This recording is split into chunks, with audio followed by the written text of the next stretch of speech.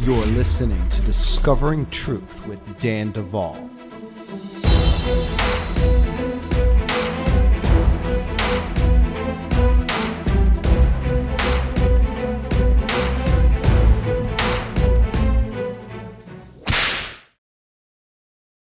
Well, friends, we're back for another episode of Discovering Truth with Dan Duval. And again, I am in the tech lab of Alex Valero. So for those of you watching on Rumble and on YouTube, you'll notice the green behind us. Now, my guest today is here live in Katy, Texas for the second in-person interview I'm really doing ever, at least here in Texas.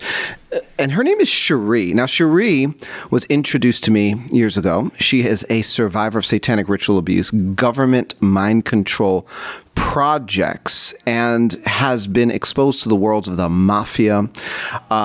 She has Russian stuff, Chinese stuff, alien experiences. I mean, she has a story that is going to shock. And well, at least some of you. The rest of you, you're ready. And, you know, Cheri, I've been running with this line. It's like, y'all ain't ready. Right. But you were born ready. I was born ready. You were. And some of these people have been, I've been learning that some people are ready. Right. So we're going to talk to them like they are ready. All right. Yeah. Awesome. Yeah. Because Cheri, I mean, I'm telling you, friends, she is a hero, but wow, is her story incredible. And so we are going to dive right in. First of all, thank you for coming to Katy. Thank you for having me. Yeah. So thank you. So I just want to tell them, I do feel to preface this because I feel it's really important that I haven't listened to anybody's stories. I haven't listened to podcasts. I haven't watched anything. I haven't read anything. So all of this is memories and things that have come up in sessions. And so I know it's real. And so it gives me great confidence to be able to tell you that if you think you're crazy, you're probably not. So I always thought I was crazy. So. But we know you're not crazy. Not anymore. Well, Cheri, you know, I was introduced to you years ago. And basically, we got to pick up and do some sessions where another ministry had left off. Right. And from that point, you have grown leaps and bounds. First of all, I just want to applaud how far you have come. Thank you.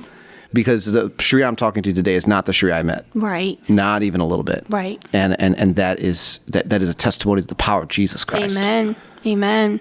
That's the other thing I want to say is I could never do this on my own. It is the power of the living God, and I am really grateful for this whole process. A lot of people, I think, get really frustrated with the process or how long the process is, but I would not know God the way I know him, and he has shown up for me time and time again and has loved me when I so unlovable I didn't love myself, and he has been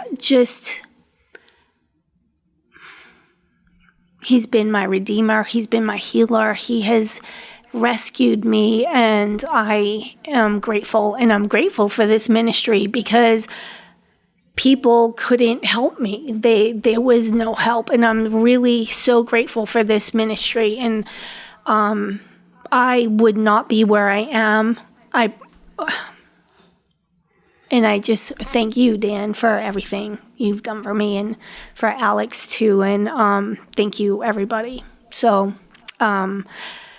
Wow. Yeah, so I'm really grateful. I want you to know that. It means the world to me. And I never thought that I could sit here and not be fractured and not be disassociated and not have 80 million parts that are vying for attention, or not be drug addicted or in mental institutions. And I'd like to say I'm kind of normal. I don't know that I'll ever be all the way normal, but I'm more like a normal human being. And so that never was even a concept. But now the fact that I just remember my days, and it's amazing. Like, I remember my whole day. Wow. I remember yesterday. And like, that's huge because I didn't. Anyway, so just life is different. Life has hope. Like, I didn't have hope. And now I can look to the future to be like, okay, like, wow, like God has brought me this far. Like, the sky's the limit. Like, imagine what I can do to help other people, because now I'm not all screwed up and I'm not just living moment by moment and not remembering last month or last year or the things. And part of the thing I want to say is I'm still remembering things and I'm still missing years of my life.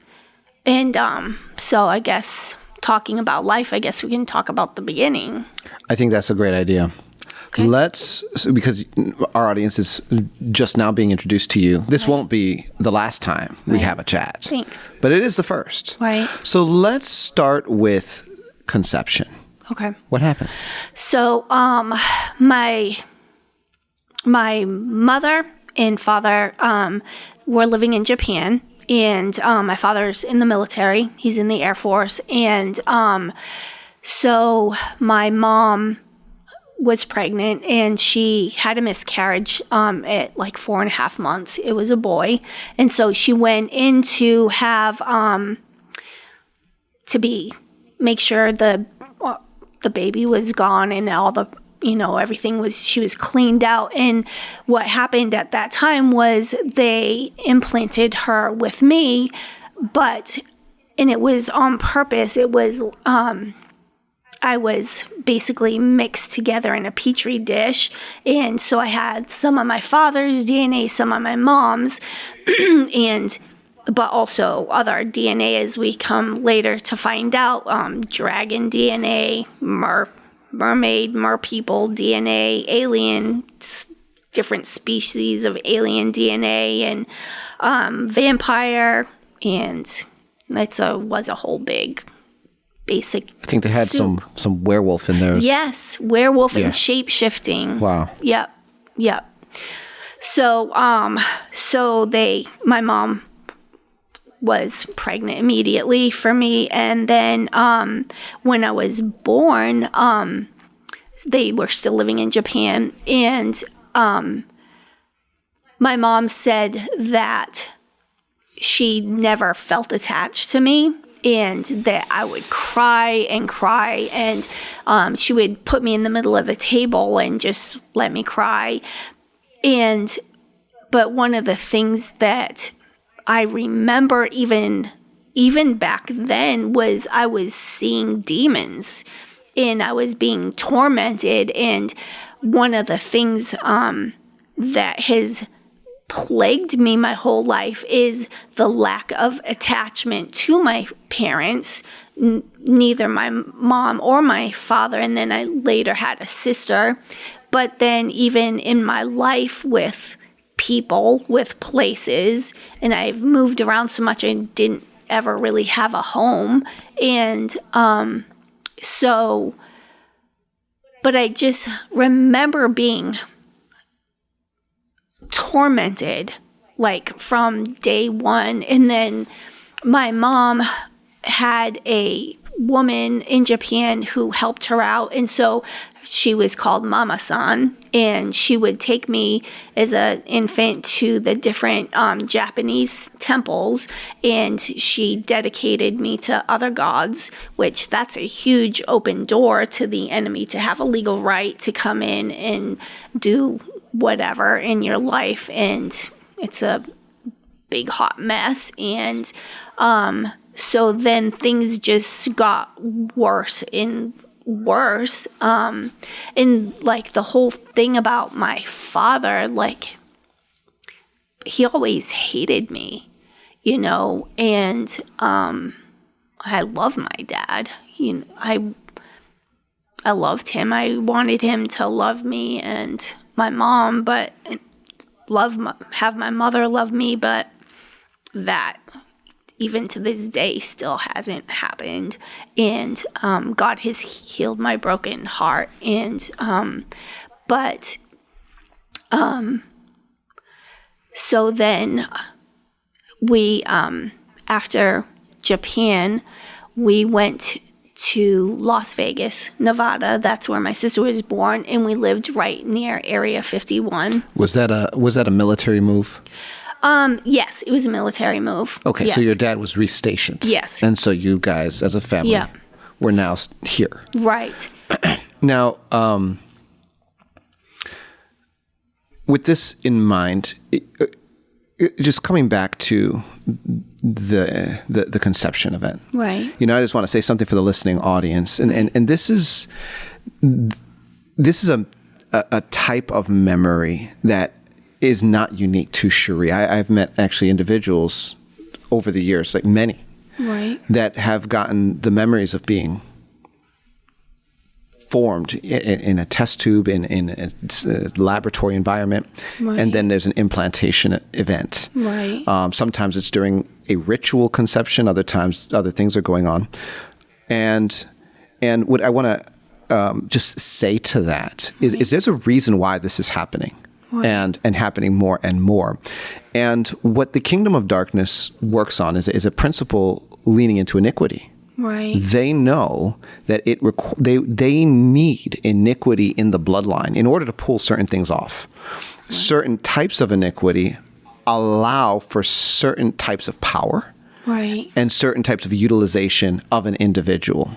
So the man of sin, the son of perdition, the Antichrist, is basically the perfection of iniquity, right, through human agency. But along the way, within the New World Order structure, they want certain people with certain iniquity foundations, right, in order to do certain things. Right. And what they realized is they don't have to breed two people with certain iniquity backgrounds together anymore to get what they want only. That's not what they're limited to. Right. They are engineering the kind of iniquity foundation they are looking for, right, in individuals. And so they're modifying the DNA right out the gate before implantation.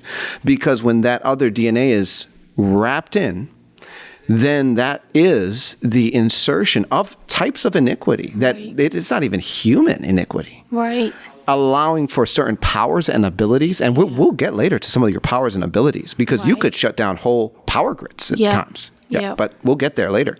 But there's a reason why. It's a science, and it's intentional. It's diabolical. Right. It's real.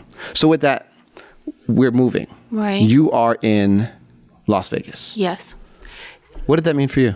So when we moved to Las Vegas, that's where my sister was born. Yeah. One of the things that I remember very clearly, and this has stayed with me up until very recently, so this is really important. So every time I would go to bed at night, and like I just said, it just stopped like the last couple years of this happening to me. So every night I would go to bed, I would feel bugs crawling on me.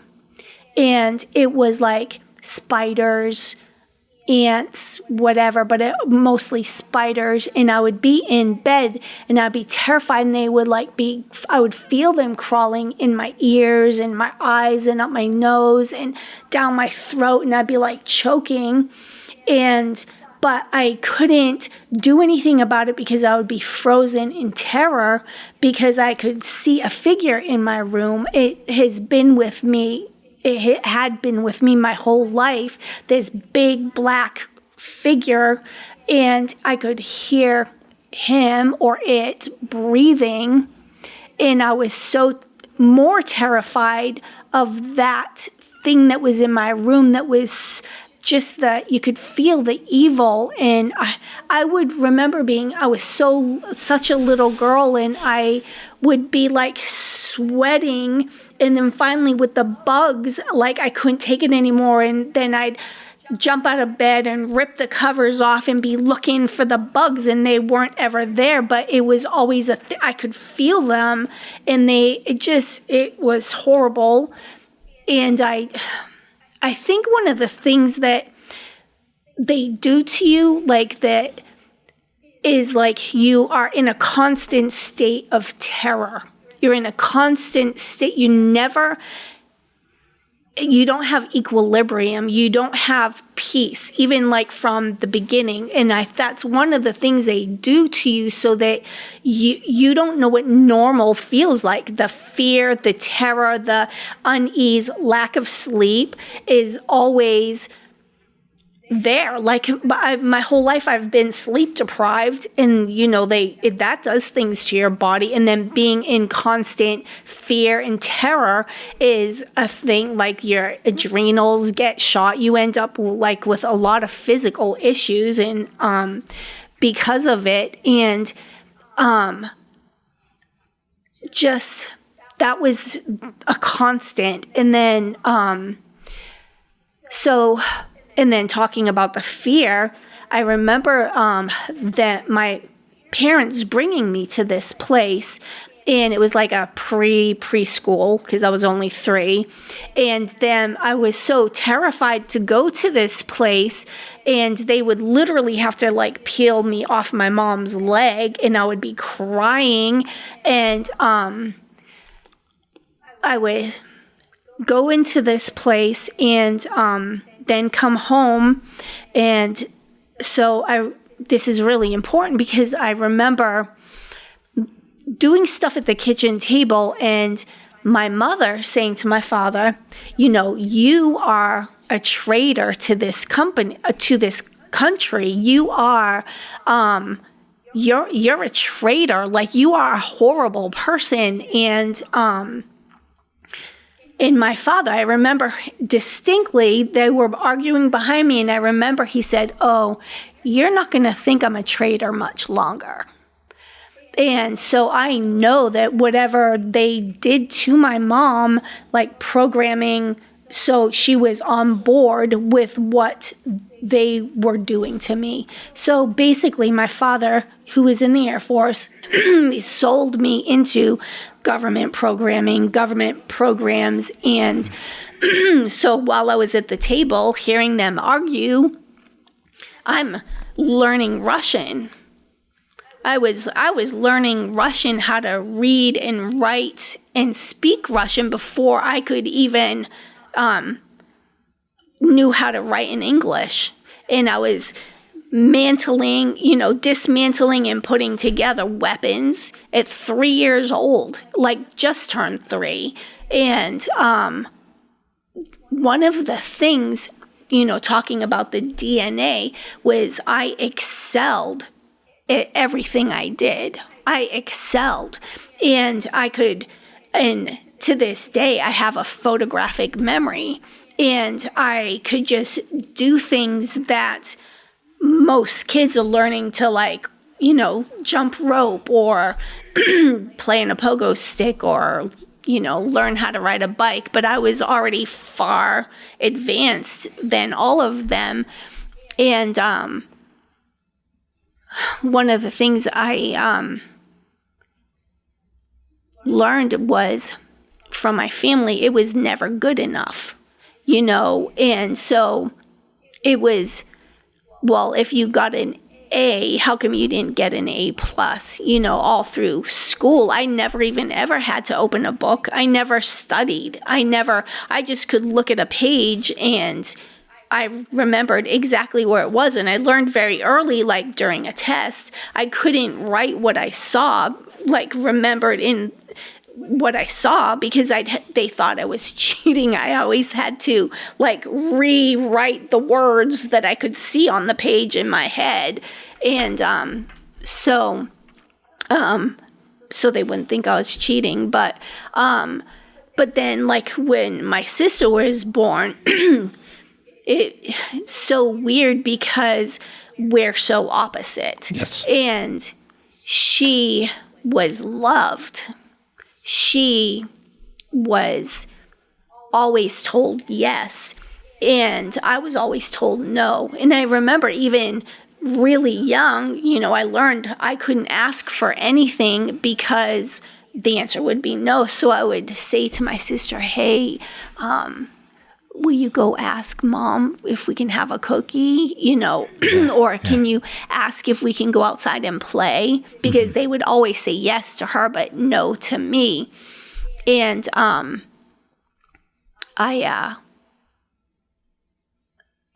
didn't know what was wrong with me. I always thought, like, how could I be better? Like, what is wrong with me that they don't love me? And throughout my whole life, even adult life, like, I would see the relationship my mom and my sister had, and I just remember, like, looking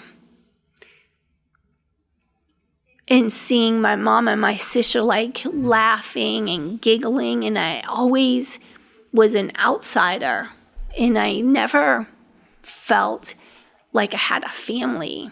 I never felt like I belonged. Like, that word belong used to make me weep because I didn't belong anywhere or with anybody. And we moved so much that I couldn't even attach to a place.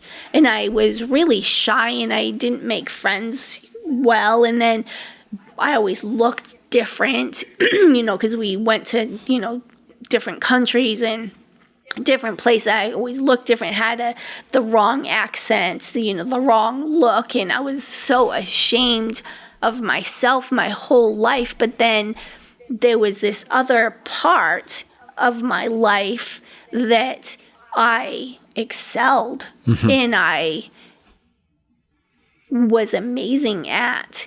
And in one of the things that came up in a session with Alex was how you could earn, like, jewels. You could earn, and how I always loved the color red, and it was because the first things I was earning were rubies. I was earning rubies, and then you get really good, and they make it so you're competitive with other people during training and stuff like that. And I was earning fistfuls of diamonds, fistfuls, and like they were nothing, like but you earned them and you excelled, and like, just, that's crazy. Like, the jewels that they do that. So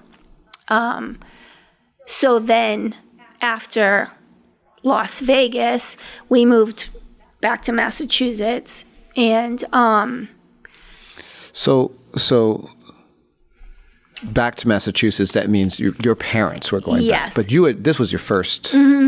And that's where they were from. And besides being unloved and told no often, Right. was there other mistreatment that your parents were beginning to? Yes. So I knew we were going to talk about this, and I already cried. So I'm okay. I already cried about this. My father he was very abusive, and he would beat me. He would, and it would be for nothing. He would say I would be sitting at the kitchen table. He would just walk in, and I would be doing my homework or something, and he would literally, he was a big man, and he would just knock me off the chair, and I would like fall on the floor, and I was always really tiny, and so I would like be like, what was that for? And he's like, because. And I would stand up, and he did this until I left at 14, but he would then knock me down again, and I would stand up, and I would like have a bloody face, and he would knock me down again, and I always stood up, like I always did. I always got up, And I'd be like, I don't understand why. Like, and he would be like, just stay down, just stay down. And I'm like, I would just stand up every time. And I was like, he's like, it's working. Like, he would say it's working. And I didn't understand what that meant, but it was to teach me, like, toughness, but to be able to withstand, physical torture, well, at that time it wasn't torture, but at that time it was just beatings. But more than just what the physical stuff was, it broke my heart. Yeah. Like, I loved my dad. Like, and one of the things that he used to do was he would separate me from my family. I would get grounded for some small infraction, and I would be sent to my room, and no TV, no books, no music, nothing. And I wasn't allowed to eat with my mom and my sister, with them as a family. I would have to come down after they all ate, and I would have to clean up the kitchen, do the dishes. I became anorexic, and just they weren't allowed to speak to me. I was always shunned. Like, I was always not even allowed to be with my family. And then one night, I had fallen asleep, and I didn't hear my father call me to come down and do the dishes. My mom and my sister had left, and he came upstairs, and he dragged me out of bed by my hair, dragged me down the stairs and then out into the front yard, and it was pouring raining, and he used to have steel toe boots, and he kicked the living crap out of me. Like, I was like, I'll never forget, like, I couldn't move. I was like bloody and muddy and broken, and everything was always like a shock, like, and how he was too was if he came in the morning and he said, get up, if you weren't like standing at attention, he would rip the covers off, and he'd grab you by your ankles and like yank you out of bed, and like you'd hit the hardwood floor. Like, I can't tell you how many concussions I had, but it was a shock. And like, the hyper vigilance of waiting for the stairs to creak for him to come upstairs. And I just found out a few years ago that a problem that I had my whole life, I was constipated, like chronically constipated sometimes, and this is not an exaggeration. I could go 2.5 months without going to the bathroom one time. And I was going to, several years ago, go to have, they were going to take out a part of my intestine. It's called a subtotal colectomy. And the reason they were going to do that, because I was actually so constipated, I was vomiting feces, and that was like horrible and embarrassing. And I was always so embarrassed about bodily functions, and I didn't realize until the doctor, I had started seeing this doctor who was going to perform the surgery, and when they were doing the testing, they put a probe up you, and I remembered what my father did to me. And so since I was a little girl, my father sodomized me, and he would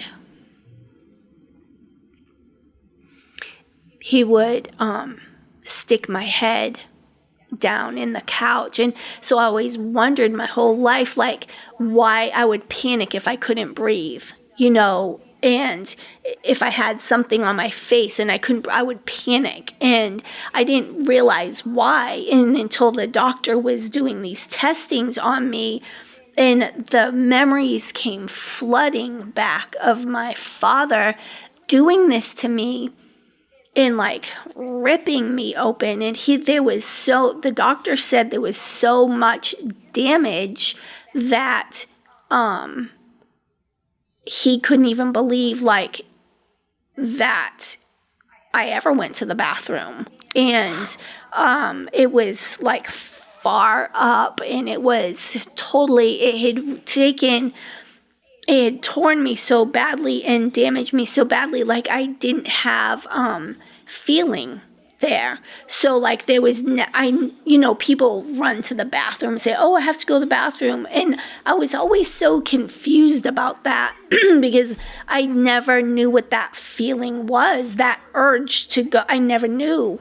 And so it wasn't until then that I found out why.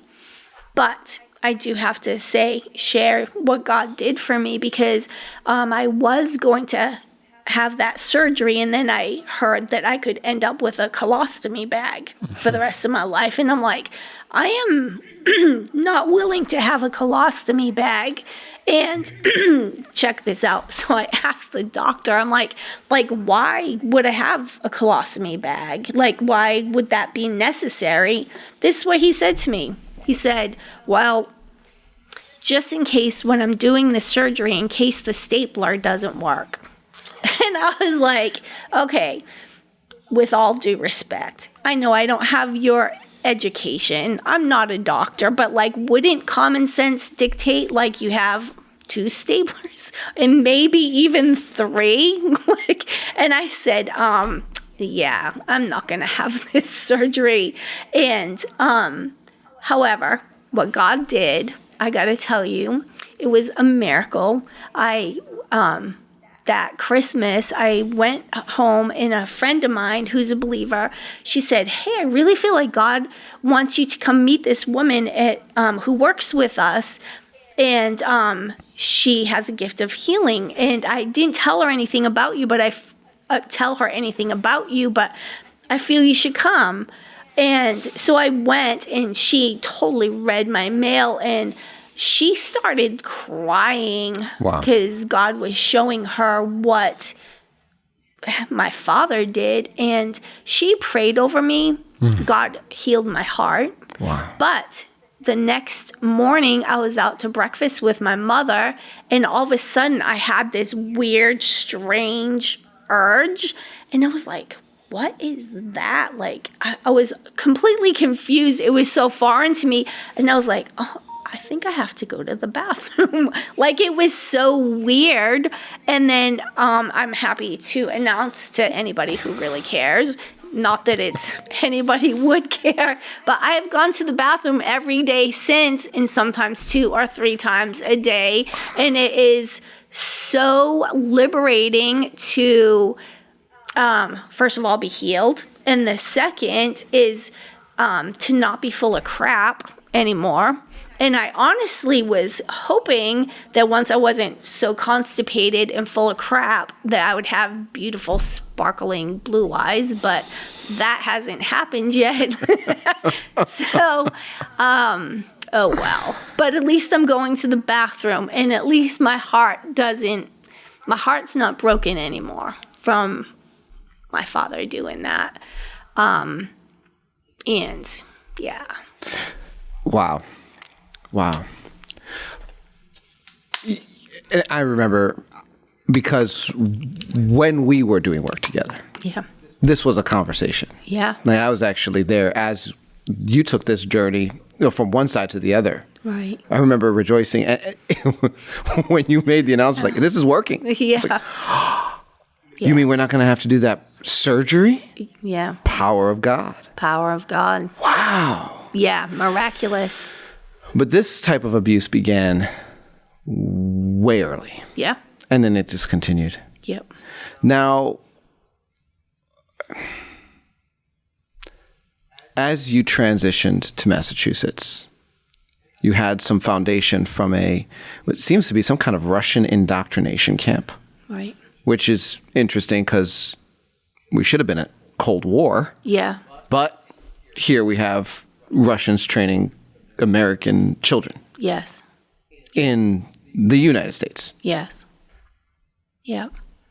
Just down the street from the Area 51 base. Yeah, exactly. Wow. And then when we moved to Massachusetts, we were not even half hour where we lived from the Air Force Base. Mm-hmm. It's actually called MacDill Air Force. No, not MacDill. Sorry, that's Florida.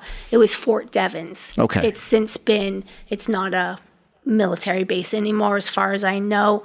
But my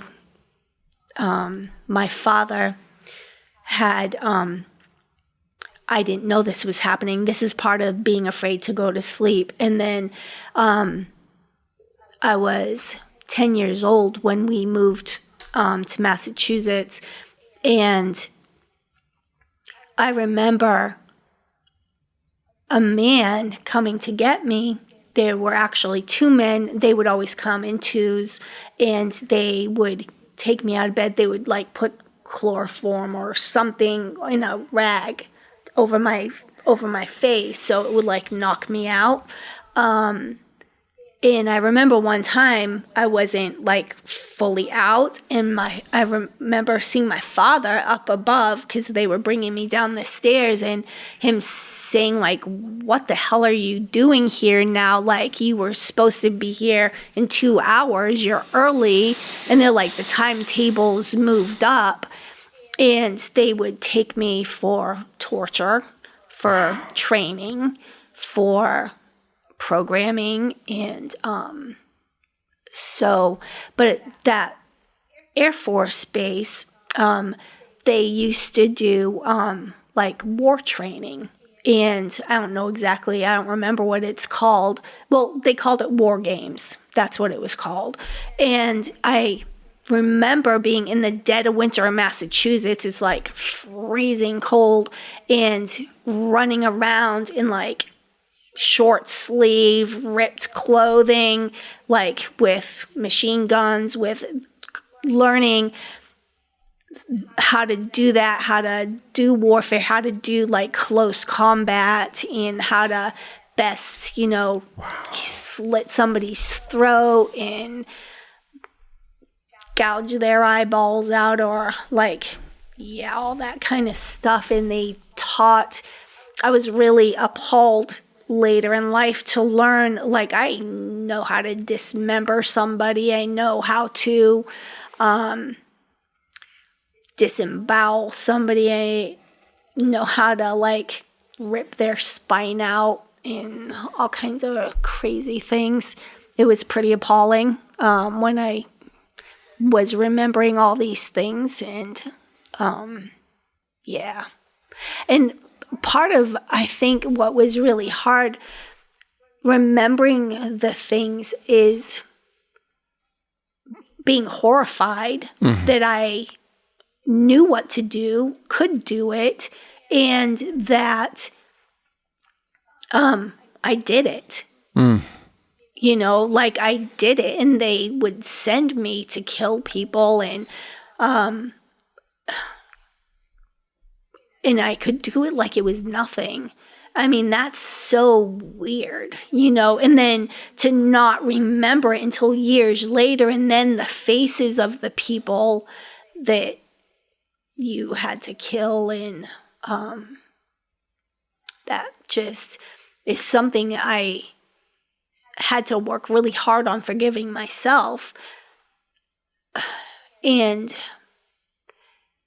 receiving God's forgiveness. And I remember one time you and I were talking, and a memory came up, and I was mortified, horrified, but you were like, "Cheri, do you remember we were talking like last month, and you have these amazing encounters with God and how much He loves you, and encounters with the Lion of the tribe of Judah, and these encounters with Jesus showing up and just loving on you and blessing you. And you're like, back then, this was happening. And even then, God knew that a month from now we'd be talking about this, and he loved you the same. Come on. And he already knew it. Yes. He already knew. He knew. You're just finding out, like you're just remembering, but he knew and he loved you. And that just was so beautiful and so... You know, I love to tell people that fact. Yeah. There is nothing that you can learn about yourself that God doesn't already know and already love you in spite of. That's amazing. That to me is so harder to believe and receive sometimes. I'm better at it now because I've had so much healing and know him so well now. That was harder to believe for me, that God would forgive me, that he would heal me, that he would want good things for me, than it was to believe like the weird crap. Like, and I don't even know that I'm allowed to say crap, and I'm hoping that's okay with everybody, but the weird stuff and the horrible stuff, like to wrap your mind around, it's harder to wrap. It was for me anyway, wrap my mind around this God who knew it all. He knew the end from the beginning, and that he has blessed me. He loves me. He's healed me. He has loved me when I couldn't even look at myself in the mirror or love myself. I despised myself. And he has just blown my mind with his overwhelming love and acceptance that I never had with anybody. And I am so grateful to God. And so. Incredible. Yes. So you're, still a young kid. Yep. In Massachusetts. Yep. And basically, can we call this assassin programming? Are they training you? Yes. Yeah. To do missions? Yes. And this is, was this happening at the military base or just nearby? It was happening at the military base, and it was also happening there was a place down the street from us. It was called the Goodfellows Club, and I used to ride my bike by there, and there was like no windows in this building, and it was just like a door, and it was called and I remember having to go in there, and they would do all these like satanic rituals, and they would like drug you, and they would do really terrible things. But one of the worst things, they were like, if you don't come here, because it was down the street from my house, if you don't come here, we are going to do these things to your sister. Wow. And I loved my sister.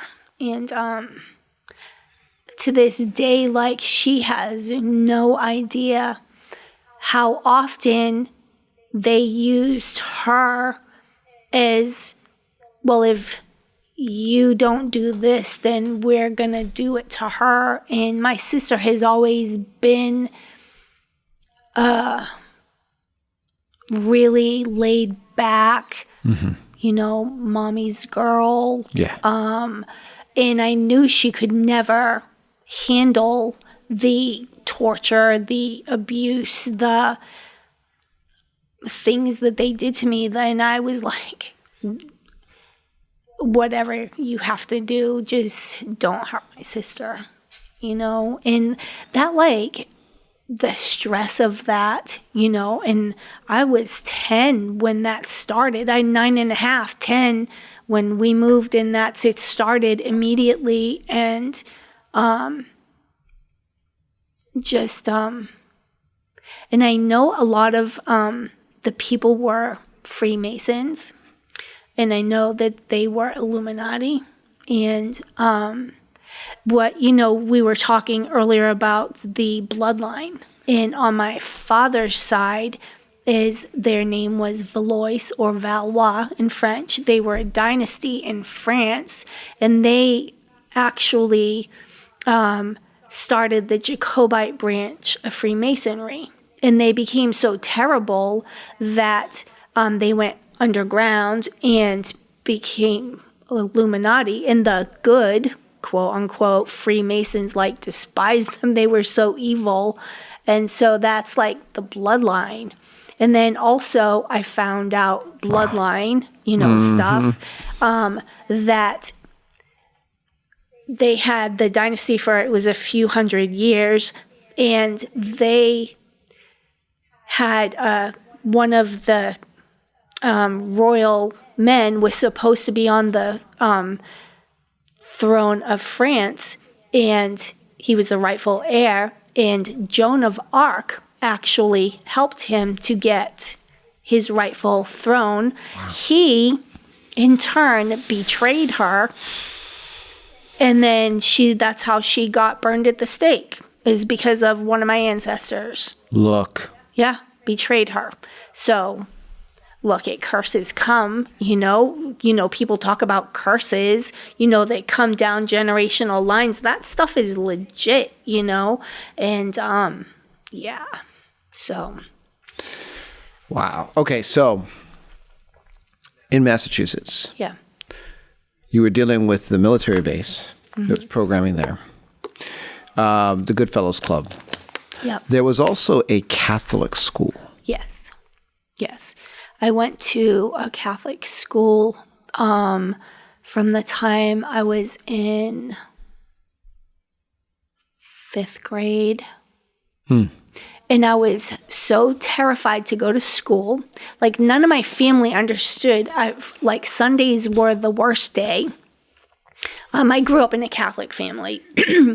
And so my aunt paid for us to go to this school at the time. She was a nun. And my sister, who's 3 years younger than me, would take me by the hand and walk me to school because I was so afraid to go to school. And nobody was like, why is she so afraid?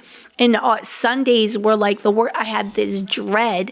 And I think that the dread, I don't know if anybody can relate to this, but I had dread my whole life. This thing that was here and in the pit of my stomach my whole life, until not that far back in God's, the bad things don't happen to me anymore. But at this school, they had underground tunnels, and they would sometimes call you to the principal's office during the day, and you would be gone from classes, but other people didn't know what was going on. And under the tunnels, they ran from the school to the nuns, where the nuns lived, and then to the church, and because it was all in the same area, and then also to where the priests lived. And yeah, they're not holy. They're not good people. They were skeletons of aborted babies in the tunnels from the nuns, and the priests did things too. It was weird because I don't think it was a lot of kids. It was only me and one or two other people. And the programming, like the things they do. And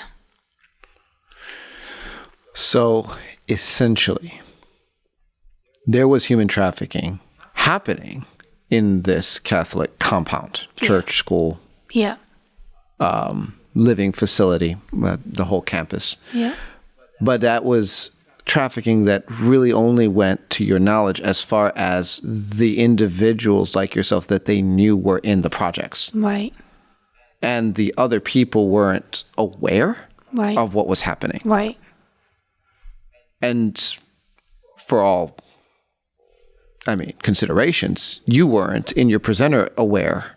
I didn't know. All I knew was I was so afraid to go to school. Wow. Like, so afraid. And that's, I think, when I stopped crying, because nobody ever listened, and I would be like, I'm so afraid, and nobody listened and just looked at me like, what the heck is your problem? Like, it's just school. But I was terrified to go. And I think that was around the time I stopped crying about anything. Like, I was 10 and I just stopped crying, stopped telling anybody how I felt. Goodness. And that more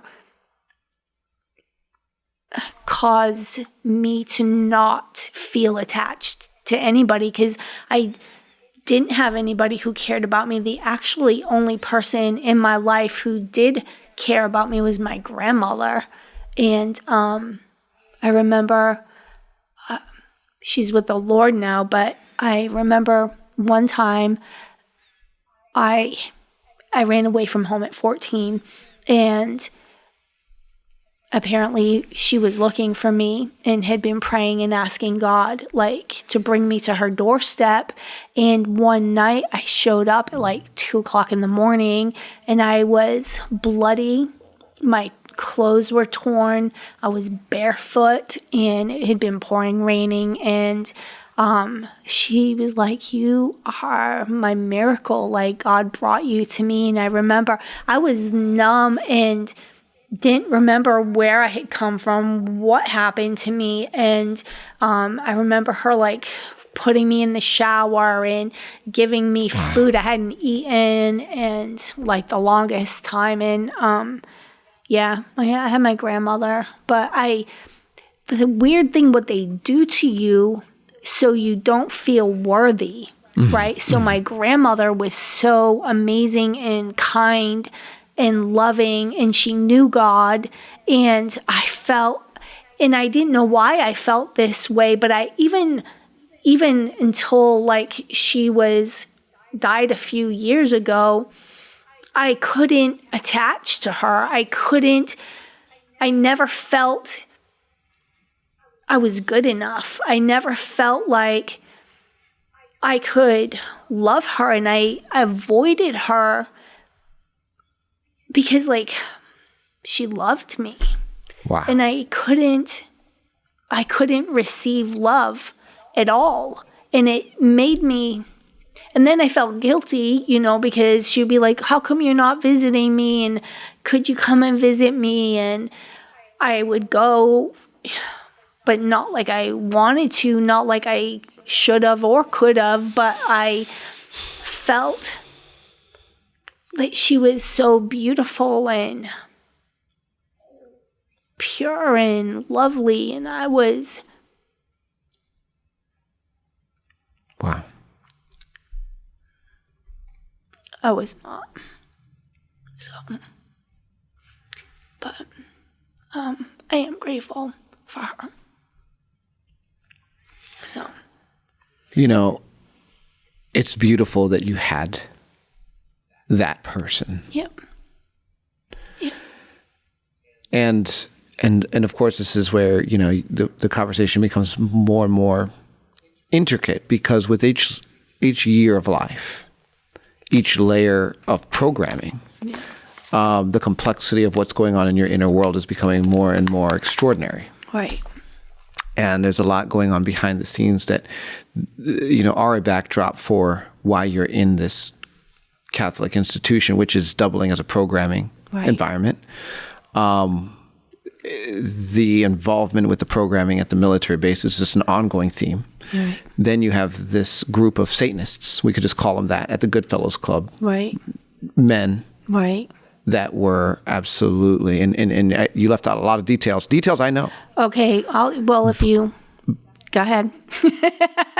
I'll tell you. All right. You don't have to say anything you are not comfortable saying. All right. So we got a dog. My father bought us a puppy. It was a beagle puppy. Is this part of what you're talking about? That maybe? It's heavy. Okay. So I will say it. I wouldn't even be able to talk about this for the longest time, but my father bought my sister and I a puppy, a beagle puppy. It was a girl, and we named her Buttons. And you know what? What? I'm going to pause you right there. Okay. You know why? Why? Because our audience has to process what you've already said. Oh, okay. Friends, we're going to have a part 2 because this is a real story. Okay. And we're going to give it the time it deserves, as well as all the other stories that are going to come on the back of it. You've been listening to Discovering Truth with Dan Duval. And until next time, God bless and Godspeed.